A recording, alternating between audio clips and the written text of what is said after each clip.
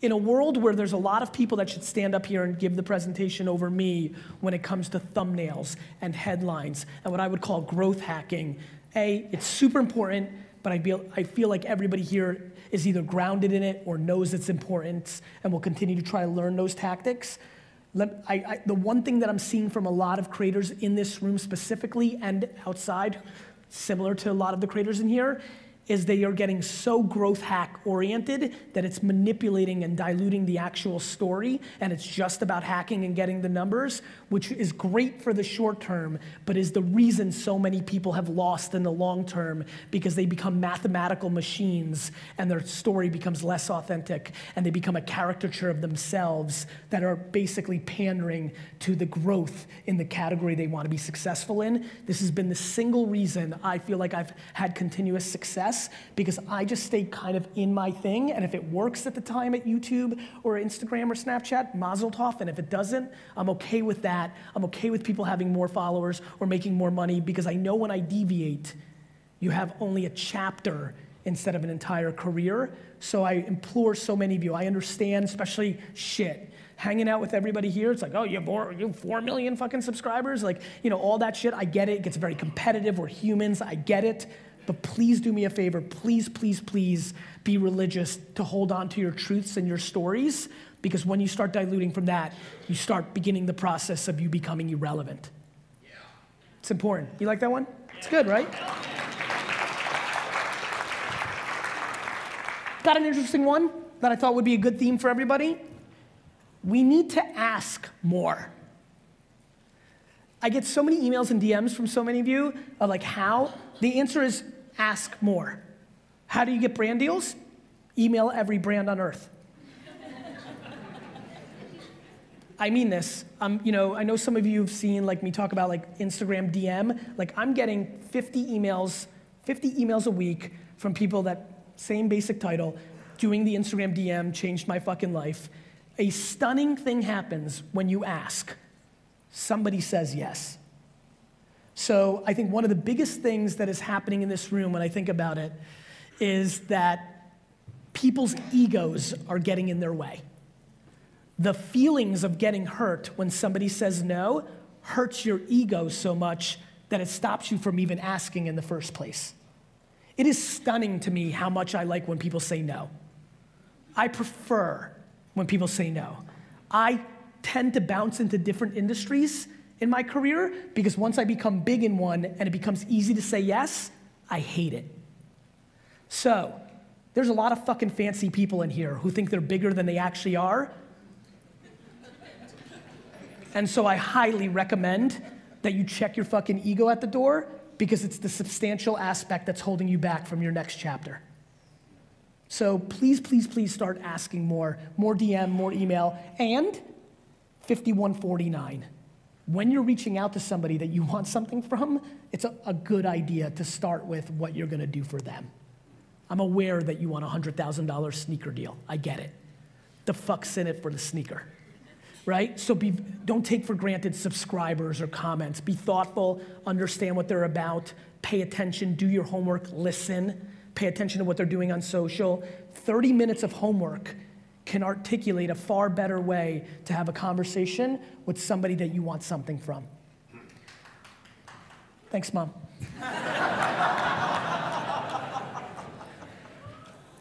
Distribution. Do not become completely vulnerable to YouTube or Facebook. This is imperative. This is super duper one of the biggest things that people make a mistake of. Win there, but always have 20% of your energy on testing new things, even when you feel you don't have any more time because you're working so hard to do the thing. Because the reality is, all I'm doing right now, if you go back and watch this talk, all I'm doing right now is systematically breaking down the things that I've watched for the last 10 years that have stopped people from succeeding. It's been, you know, it's all these little subtle things that I'm dropping on you right now. These are the things that stop you from succeeding, which is what I spend all my time on, right? Stop the vulnerabilities. All of us are on a boat with a bunch of holes, and you're just putting your finger in all of them. I'm just trying to give you the cliche ones that I and all of you are going through, and it's just universal, and it will be forever. One of the great things is listen, especially for this group, YouTube and Facebook and Instagram, these are just imperative monsters until they're not. And what has been stunning to me, for example, here's something stunning to me. It is stunning to me of how smart this room is, right? I just said, look, 98% doesn't know, you're here, you know, this is real in here. And how many of you have stopped doing Snapchat? Like, I laugh at your lack of skill. And here's what I mean by that harsh statement. Most under 30-year-olds are living on Snapchat, one way or the other. Like, the data's very clear. Like, it's not like, you know, you could be sitting there and be like, not true, me and my 3 friends aren't on it anymore. That's nice, Karen. I'm talking about big data. I'm talking about the user numbers. I don't give a fuck that you don't anymore, or your neighbor said something, or the 13-year-old girl down the street said it's dead. I don't give a fuck. I care about the macro data, and the macro data shows very clearly that there's hundreds of millions of fuckers on this platform, and just because Instagram stole its features, which, by the way, they didn't steal their features. Features are not IP, that's business. Everybody here stole a ton of shit from Casey, and so, and so, it's not about stealing, it's about features, great, but there's a huge, I'm giving you little tidbits, there's a huge opportunity for so many of you, because I live on supply and demand of attention.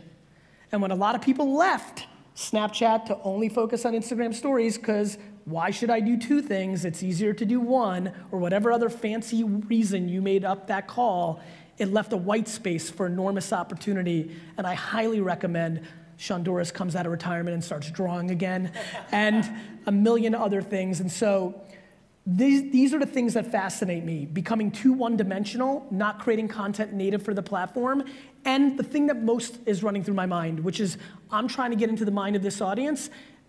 When you have the ambition, AKA the audacity, to have your living be you just living, not having enough time is not an excuse. The people that have been sitting here and saying like, well, how the fuck am I, you know, I'm already, you want to get paid hundreds of thousands and or millions of dollars a year running around the earth. You have to quantify how amazing that is. It's obnoxious that it's actually a real thing.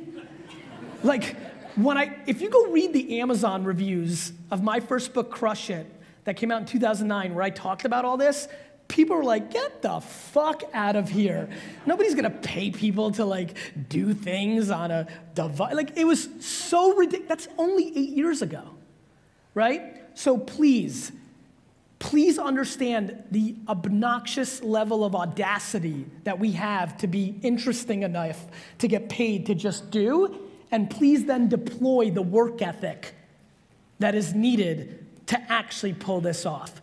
The biggest fear I have is for the people that are actually having success, because complacency kicks in and you just get into pattern recognition. There's a lot of you here that are winning. And the thing that I'm really most passionate about is making sure you're challenging yourself. There's so much more to do with what you're doing, but it's only gonna be incremental. You're only gonna get paid a little more to speak. You're only gonna sell a little more merch. You're only gonna get a bigger deals a little bit more. It's still being creative. Like, to me, one of the big things with video creators that I'm really trying to challenge is to start paying attention to voice a lot more. I think a lot of you, and again, I know a lot of you, and I've watched a lot of people that used the hashtag last night, and thanks for the dude that offered me a drink, you know, but I wasn't here. But, you know, a lot of you, when I went down the rabbit hole on my flight yesterday just to get a sense, so many of you could be so successful in podcast form, but you haven't even gone there. So many of you could create such an incredible Alexa skill or an Alexa briefing that can change the opportunity for you. Guys, as somebody who was there from day one of YouTube, YouTube is mature. Instagram is mature. The next land grabs, the things that get you from 0 to hero, are staring you directly in the face right now.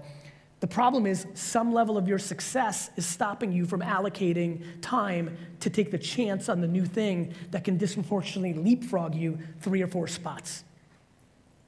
So Please let's keep challenging ourselves. Please let's understand what's actually happening here. Please understand how much of a ridiculous advantage you have right now and how much more you need to squeeze. Please understand every 13-year-old in the world wants to be you, so supply and demand is coming. Everybody's gonna do this, which means you've gotta be disproportionately better in the next year or two. So just like coders and developers got paid a lot, and right now all their parents want their kids to be developers, which means it's actually gonna be commoditized and they're gonna get paid a lot less. Same for us. There's not a 15-year-old in this fucking country that doesn't have this job as one of their first 1 or 2 things they wanna do. Which means it's going to be harder because the brands and the AdSense and the merch is gonna get split between 83 million people instead of 8.3 million people. Got it? And you're only so cute and charismatic, Sean Doris. So, that's the state of the union of this space. I would love for people to start lining up for questions because I'd like to get into more details, so please do that. And when I see enough, good, looks like we're gonna get there quickly, we'll get into it.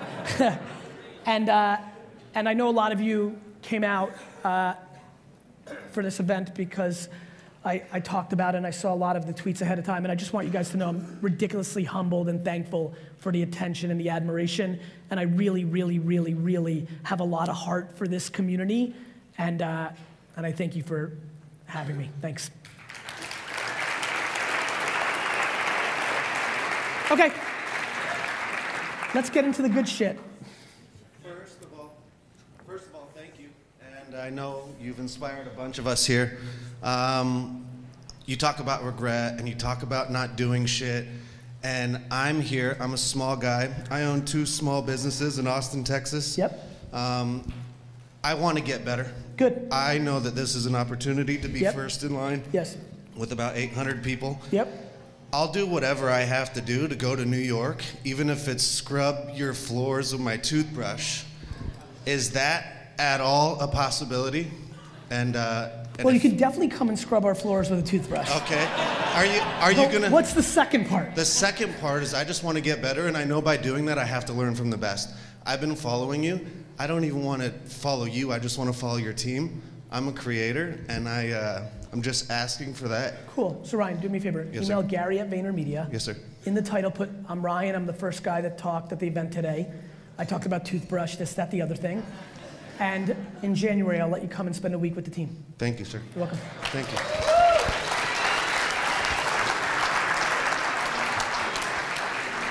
Mr. Gary, sir, thank you. How are you, Thank Ilya? you. I am awesome. Good, man. Hey, I watched your video about a year and a half ago or so, Okay. and my channel has less than 400 subscribers, but I hit it with 400 depth. more than 0. Yeah, that's true. I hit it with depth because I heard you talking about depth versus width, and that alone allowed me to make over $250,000 just within my niche. So my question to you is...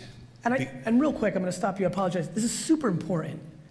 So many people are so caught up in width, and Ilya did a good job and understood depth.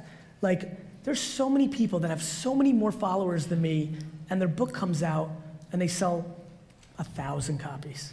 Or when they're the headliner of a conference, half the people show up that is expected because of how many followers they have, which doesn't allow them to command the price they want for speaking. Or when they make merch, because Logan and Jake are making a lot, they sell a lot less. Depth is massively important, and the #1 issue in this room is the way you're taking your audience for granted. The amount of you that I audited yesterday that have never replied to a comment in YouTube or Instagram is baffling and utterly disappointing. Right on is right. Preach it, brother. It's real, you know, because at some level, you know, it's one thing if you want fame or the perception of fame and that gets you off, and like, great, do it. Then you should be about the numbers. But so many of you here want to pay your college debt off or live the life that you want or make generational wealth that your grandkids have it. It's going to be about the depth. Dude's got 400 fucking subscribers, made $250,000. Now maybe what he was selling or have you, it's different. I get it, but that needs to be something that people wrap their head around. I'm just stunned. Like every day I get comments from people like, I can't believe you reply or how much time you put into your audience. And every single time I get that, I say to myself, I can't believe how much you guys don't.